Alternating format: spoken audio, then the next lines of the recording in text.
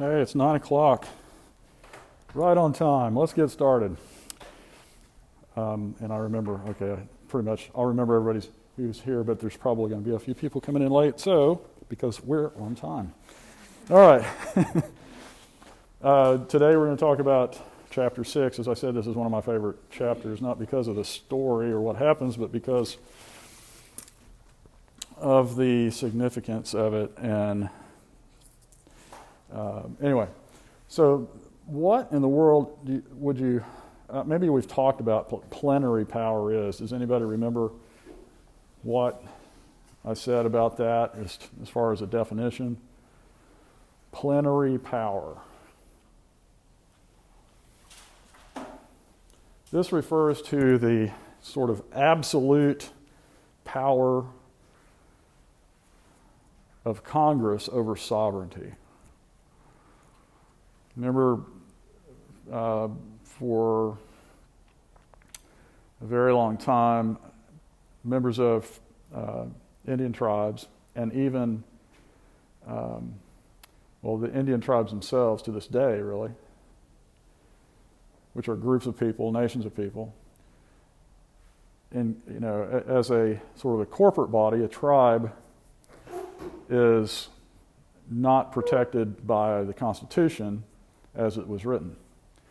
Individual members of Native American tribes have largely been grandfathered into the protections of the United States Constitution, protections on individual liberty.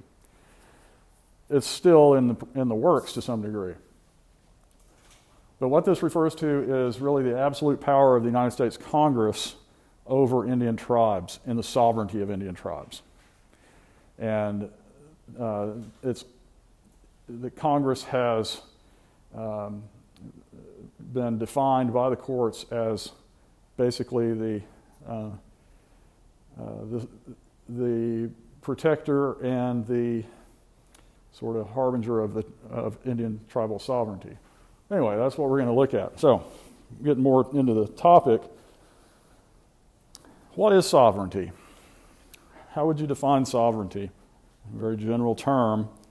Well, we've talked about sovereignty in the old sense, the old geopolitical sense, referring to international states and the relations between international states, states that are perhaps failed states or states that are in civil war, or often unable to protect themselves from incursions and invasions from other states. That's not necessarily the case with Indian nations because they exist within the United States. They're not the only nations of people who exist and are recognized to exist within larger territorial sovereign states.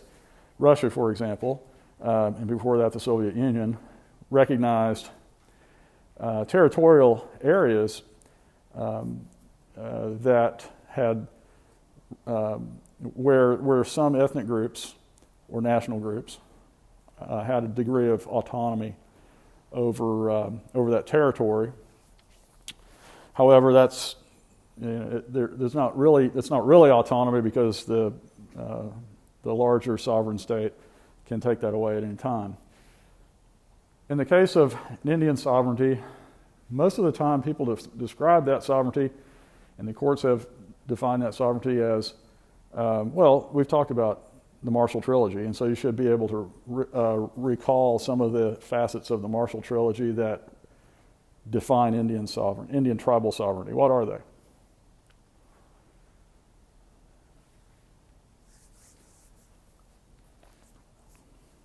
Well, number one, the right to exist as a nation of people, and the inherent existence of them as a nation of people, okay?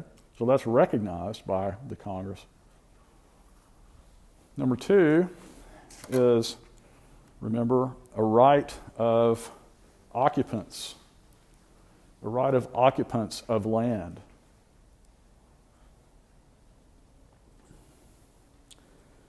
And the idea of Indian country is really based in that whole sovereignty, part of sovereignty that relates to the rights of a nation of people to occupy the land that they had, or at least the remnants of what they had prior to the United States as a sovereign state. All right. 3, probably the most important today, is the right to self-government. Self-government, that's it. That's the really big one. Without a government, there really is no sense of organization. Without any form of representation or representation of an entire nation of people, it's difficult for Congress to recognize that nation. So this existence of a tribal government is really kind of essential to sovereignty within the United States system as it exists. There is no constitutional amendment recognizing tribal sovereignty as part of the Union, or Indian tribes as part of the Union. So what we're going to get at is really we're going to be looking at, well, so far we've looked at the early treaty era, we've looked at the removal era, and we've examined the reservation era, and after the reservations, the allotment of the reservations. But now we're going to kind of take a step back in time and cover some things that really haven't been covered yet in regard to sovereignty. And these take place during the post-Civil War era mostly. But it's really the beginning.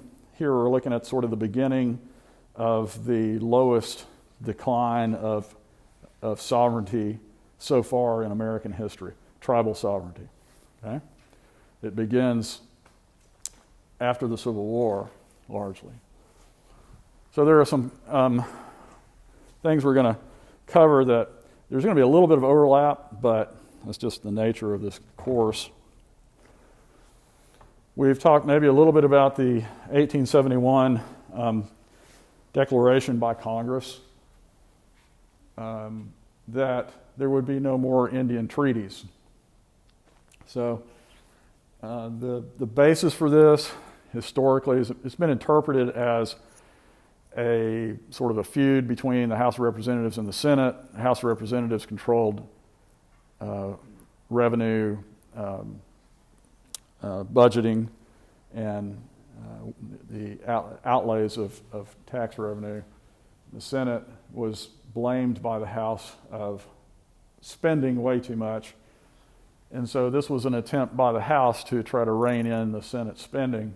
That's one interpretation. Another interpretation is that this was the era of frontier expansion. By 1871,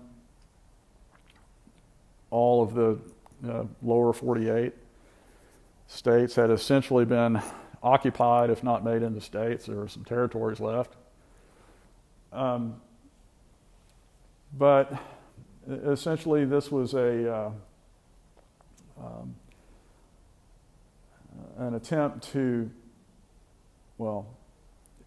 I think we mentioned already in previous time this semester how there's a difference between a treaty negotiated between two parties and then signed or ratified by Congress and signed by the President. The substitution of the treaties would be formal agreements, and those agreements would be negotiated by tribes and representatives of the federal government. Then when that would need to go to Congress for ratification, it would often go to committee where it would be changed and then ratified. So it took away the tribes, really the tribe's voice out of federal legislation. So sovereignty was really eroded at that point. And I've already discussed all of this, so I'm going to move on to the nitty-gritty here. Look at this photograph. Who do you recognize immediately in the photograph? The guy in the center, maybe? No, it's Ulysses S. Grant. Yeah, he's a military man. He's kind of thin there, so he kind of looks like yeah. Anyway, these are Ulysses S. Grant's top advisors during the Civil War. And the man on the left, you might recognize him, he looks kind of native, doesn't he? He's a Seneca, and his name is Samuel Eli Parker, one of Ulysses S. Grant's best friends and most trusted advisors. You see him in this photograph? Yeah. This is the surrender at Appomattox, a rendition of it. So here's General Parker, and he was in the room.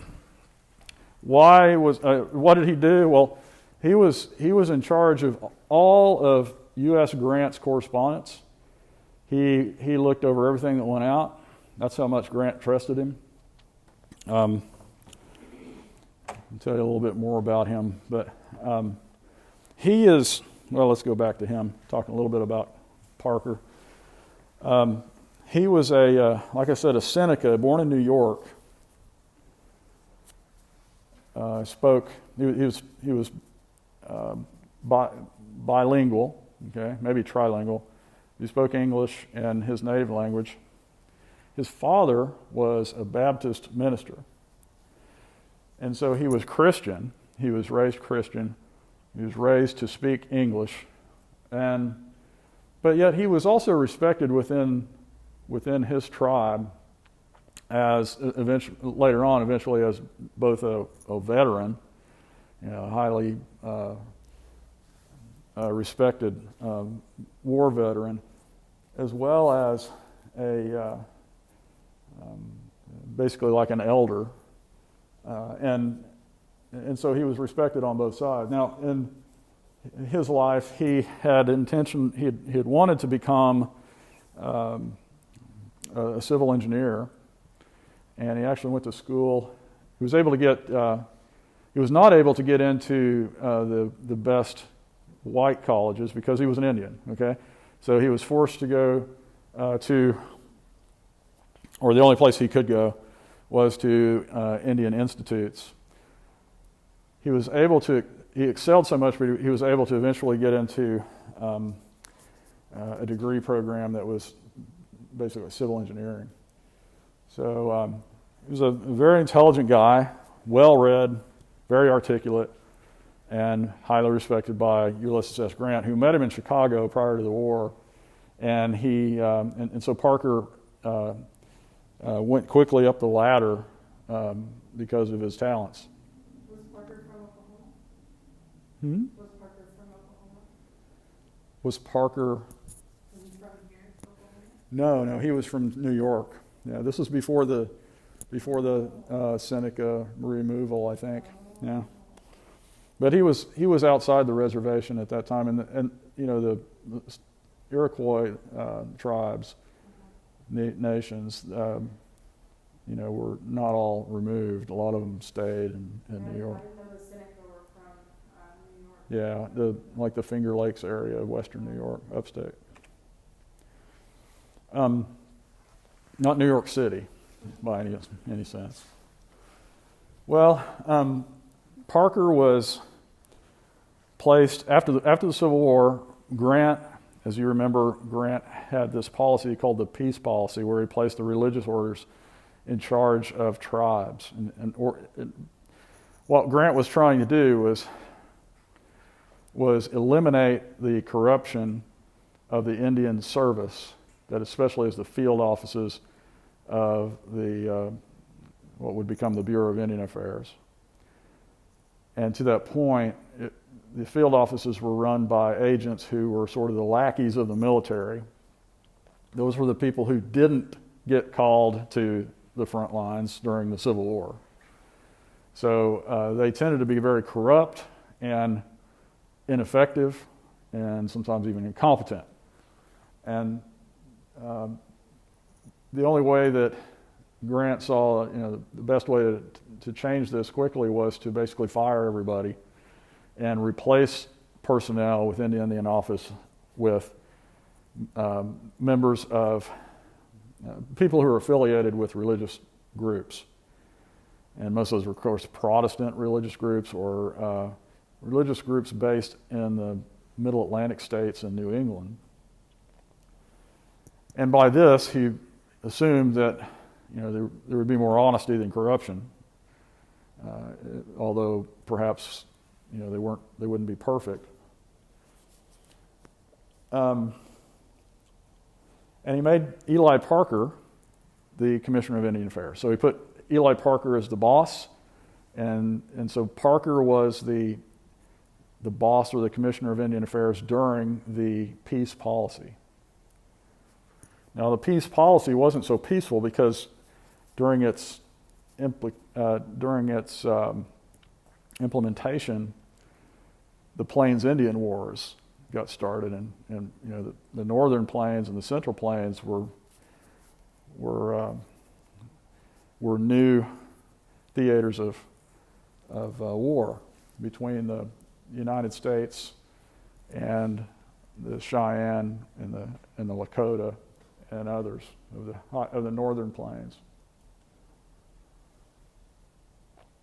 Now, I want to start off with this, which was, it's not mentioned in your text, but it's a significant precedent for what would come later. Now, I'm kind of giving the story away with the rest of these notes, but what I want you to see here is that in 1817, during that period that we call the early treaty era in your textbook, and sometimes it's called sort of the sovereign-to-sovereign relationship period, when the United States had no choice but to respect Indian tribes because Indian tribes were typically more powerful than the states and the state militias and whatever existed of the United States Army. But this Indian Country Crimes Act, as it became known, was a federal statute,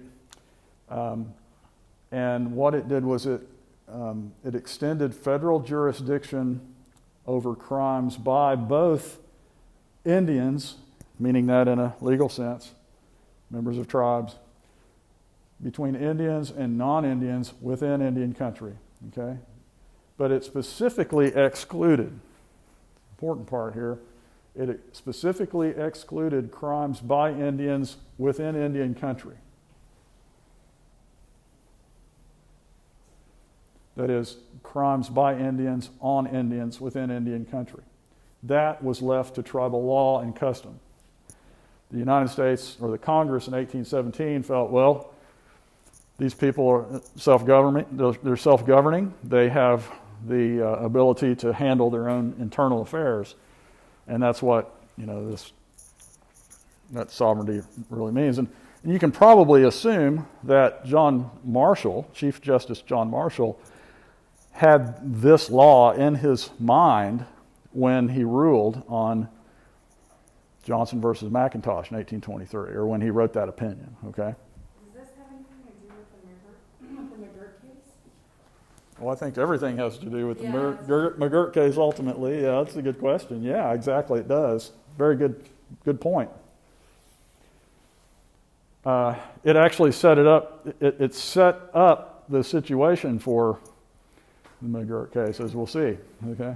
Well, the reason I mention that is because it's not covered in your text, but it is significant. From 1817 until 1885, Native nations, indigenous peoples, and indigenous nations of North America within the boundaries of the United States had every right to govern themselves, and what that really meant to the United States was to prosecute crimes within its own jurisdiction. And so within Indian country, one Indian commits a crime of, whatever you might call a crime, against another Indian. Then the tribe had the jurisdiction and the prerogative to deal with that problem. That was an internal affair. But something happened, and that's called Ex parte Crow Dog, and that took place, that was ruled in 1883, a Supreme Court case, which you'll read about, if you haven't already. Basically, the Supreme Court, and I'll talk about the case, but the Supreme Court ruled based on the 1817 Indian Country Crimes Act, saying that, well, I'm going to blow it for you. Let's talk about the story. Have you read the story? Yeah.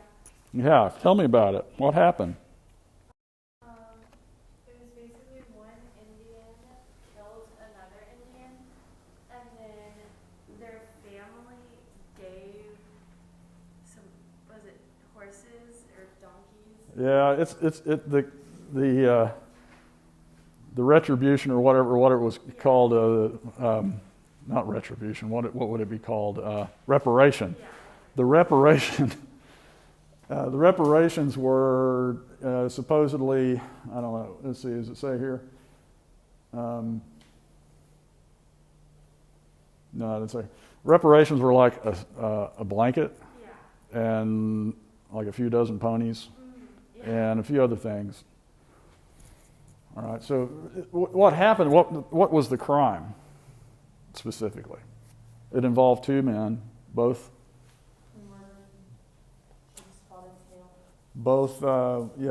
sort of high up, respected men within the tribe. And in 1881, essentially Crow Dog, who was convicted of murder, he killed Chief Spotted Tail. And Spotted Tail, this is on the Rosebud Reservation up in South Dakota. What is today, South Dakota? And the story goes like this: that they had a feud for a long time. They were both sort of in competition with one another. They were on a reservation. The reservation was being grazed upon by local non-Indian ranchers. The ranchers were required by the tribe to pay a lease on the land that they used. Now, if it would have gone the right way, the ranchers were supposed to be paying the Indian office, paying the Indian agent, who would then move the money around through the Indian office bureaucracy so that it would eventually become used for the purposes of the tribe, for needs of the tribe. Well, that's the way it was supposed to work on paper, but rarely did anybody do that because, number one, it's slow. Ranchers didn't want to have to do that. And number two, it was a lot quicker if you just paid somebody, right? So Spotted Tail, according to Crow Dog, Spotted Tail was taking bribes from these ranchers. He was taking money for leases and using it for himself. And Crow Dog had long accused him of this, and there was this back and forth. Well, one day, Crow Dog and his wife had gone to town. They were on a wagon going away from the agency after they had kind of an argument with Spotted Tail and his guys. And they got a few miles out, and Crow Dog looked back and saw a group of 4 or 5 men on horseback coming toward him. Spotted Tail and his cronies. And what Crow Dog said he did, and what the witnesses said he did, was Crow Dog got his rifle, his .30-30, and hopped down out of his wagon, and was kind of hiding the .30-30 under, by his side, and Spotted Tail rode right up, and Crow Dog just took one shot him, fell off his horse, shot him again, killed him. So his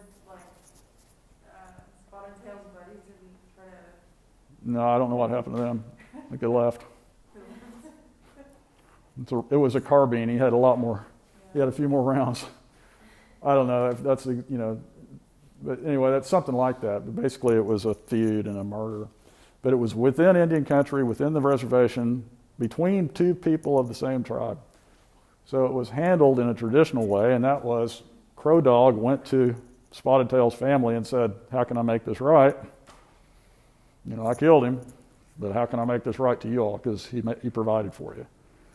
And apparently that was the agreement, and everybody was happy after that. Well, there was also an Indian agent involved.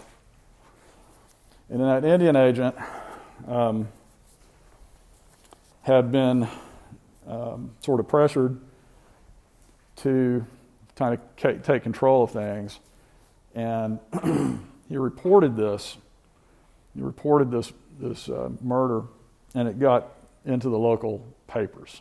And that's where it exploded. The local papers told the story of how the murder took place, and then how how it was dealt with. And the Indian agent's superiors said, "You need to incarcerate Crow Dog immediately." So he talked to Crow Dog, the Indian agent did, and said, "Okay, let's go down. We got to go to the local military fort, and you've got to turn yourself in, and then we'll just, we'll settle this, and everything will be all right." Well, he took him to the fort, and the military said, basically locked him up and said, "He's a murderer. We've got to try him." So it wound up being tried in the white courts, right? And of course, you might imagine federal court, right? So what happened then was, because of the knowledge that this was an Indian on Indian crime within Indian country, the representative of Crow Dog was probably a lawyer, white lawyer, said, "No, this is an internal matter," and basically it was taken up by the Supreme Court. The Supreme Court kind of snatched it up in an ex parte procedure without having to go through the typical appeal system. Okay. Here's some examples. Spotted Tail on the left, Crow Dog on the right with his rifle. I guess it wasn't a 30-30. Well, maybe.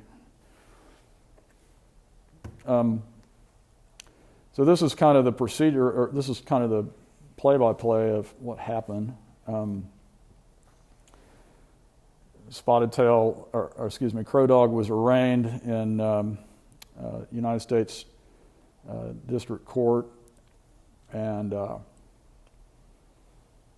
the press got a hold of it, and local settlers, white settlers, were outraged about it. Crow Dog turned himself in to authorities, and where were they mad though? where? Where were they mad? Why were the local settlers mad? They were upset because he wasn't punished like a non-Indian would be punished. That it was, and I don't know, it was probably drummed up by some individual, writer. But there was at the time a lot of discussion about the failure of reservations and this sort of thing. Yeah. So this kind of played into that narrative. So the Supreme Court basically issues an ex parte order, an emergency stop to this. I didn't mention the fact that he was tried, he was jailed, he was tried in federal district court, and he was sentenced to death. Death by hanging, right?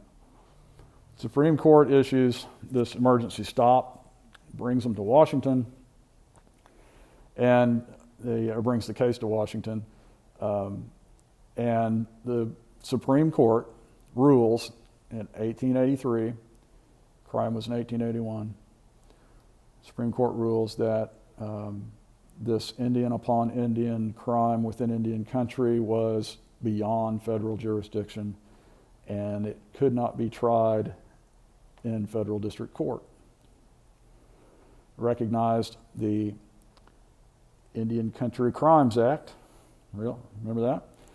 And said that, this is all because it was within Indian country, there is no federal jurisdiction.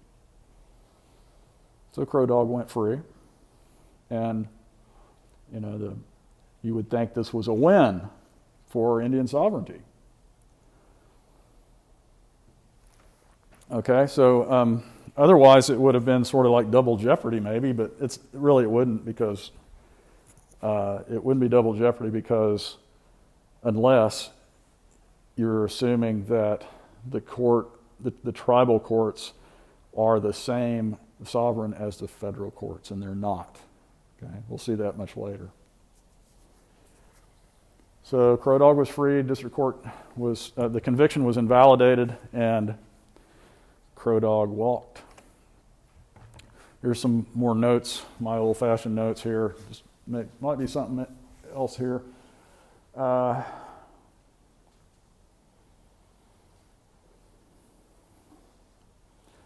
The reaction, of course, this is 1883. By 1885, Congress had produced a statute that was passed in 1885 to correct this wrong. All right. So it was seen by Congress as sort of a technicality. The guy got off on technicality. So we got to fix that problem. All right. So all attitudes have changed by now. So what the Major Crimes Act did was it extended federal court jurisdiction over Indian country when a murder or other serious crime was committed. Violent crime or other serious crime. So murder, assault and battery, rape, kidnapping. There were a few others initially. And those crimes, the major crimes, were placed under the authority of the United States. And this, of course, in 1885 is considered by scholars, today as a major interjection of federal authority into tribal affairs and an erosion of sovereignty. The Major Crimes Act still applies, and it's exactly the point of the McGirt decision. That's what, McGirt, there are actually two of them, right? Two individuals convicted by the state of Oklahoma for crimes, for Indian upon Indian crimes. So Indian upon Indian is not a question. The question is where? Where? So if that Indian upon Indian crime took place within Indian country, that's federal jurisdiction because of the Major Crimes Act. And that's what they based their appeal on when they were convicted got the death sentence in Oklahoma. Now you can get the death sentence with federal court, but it's not very common. It's not nearly as common as Oklahoma death penalties. Texas and Oklahoma have a competition going. How many people can we kill this year? And for a while, federal crime, there was no capital punishment at the federal level for a while. There is now. Bill Clinton's group changed that. Okay, it was one of the concessions to the conservatives. But from Jimmy Carter's era through Bill Clinton, no federal capital punishment could take place. When you think about that, if Indian upon Indian crime took place within eastern Oklahoma between Jimmy Carter and Bill Clinton, do you think any of that happened? Do you think anybody got murdered, Indian on Indian crime, that would bring about capital punishment? And those people, how many of those people were executed by the state of Oklahoma during that period, outside of Oklahoma jurisdiction? I've counted about 113, something like that. I can't remember exactly how many, but the number of executions in the state of Oklahoma involving, well, during that period is pretty large, and probably there were some examples, okay, of Indian upon Indian crime. The only reason we even question that is, of course, because of this appeal that was ruled on by the Supreme Court identifying Indian territory, identifying the Creek Nation, Muskogee Creek Nation, as Indian country today. Okay, so here's some more on the Major Crimes Act. I probably got way too many slides, but repetition's good sometimes. Originally there were 7 crimes, violent crimes, and eventually that would be extended to 30 different crimes. So today I think it's around 30. Now, here's a question for you. Does the United States Constitution prevent the government from encroaching on tribal sovereignty?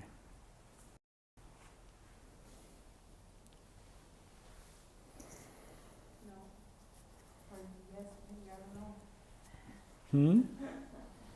The Constitution prevents states really from, the court interpretation prevents states from encroaching upon tribal sovereignty. So that's not a question. Oklahoma clearly did if Indian Territory, the former Indian Territory, is still Indian country. No question about that. This is the reason personally I'm against the death penalty. Not that I don't deserve some people deserve to die or don't deserve to breathe, but it's because it's the only principle, okay? And if the government has the right to take your life, the government makes mistakes. If you don't think the government makes mistakes, wait till you start paying income taxes, like real income taxes. And the IRS doesn't believe it makes mistakes, but it does, all right? All right, does the Major Crimes Act conflict with the trust doctrine as interpreted by the Marshall Trilogy? Anyway, I don't have answers to those right now. You think about those. Those look like possible test questions, don't they? Ooh. All right, that's the Major Crimes Act. Now, any questions about that? Let's move on. We have time. We'll move on to a different topic. Plenary Power 2. Sound good? Well, the Ex parte Crow Dog kind of sets the stage for the, you think about the chronology here.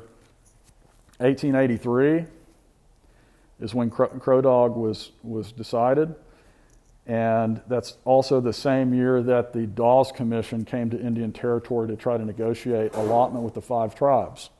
In 1885, with the Major Crimes Act and the extension of United States District Courts over Indian Territory, that basically allowed Congress and the courts to start to dismantle the governments of the 5 tribes. And it could be that without the Major Crimes Act, dismantling the governments of the 5 tribes would have been far more difficult, and therefore allotment eventually would be very difficult. So in 1887, you have the General Allotment Act. Okay, so the General Allotment Act is largely mandating allotment, and then if you look at the General Allotment Act,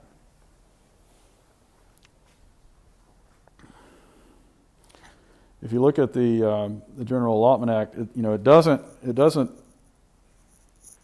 it doesn't allot any particular reservation. That would come through the allotment agreements, right? So each tribe had an allotment agreement. Each tribe negotiated an allotment agreement.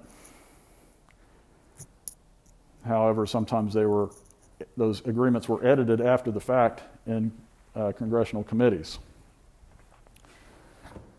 So the United States is working toward essentially doing what Congress is doing what it pleases at this point.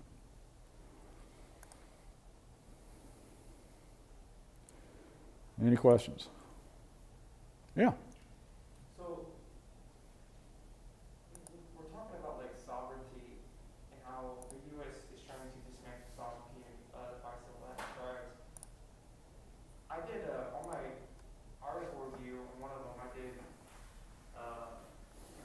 over the Osage Nation. There was an article over how sovereignty applies to the Osage Nation and how it's not necessarily a tool to control itself as much as a tool to control the interactions with outside or external,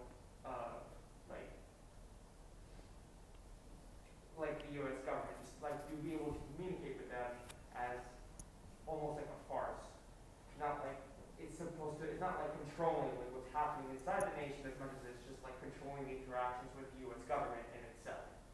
That's what sovereignty means today. So when they say like dismantling the sovereignty, is it just like dismantling the court system that they have in place, or is it like trying to control what exactly is happening in the land, like the mineral resources and like oil and such?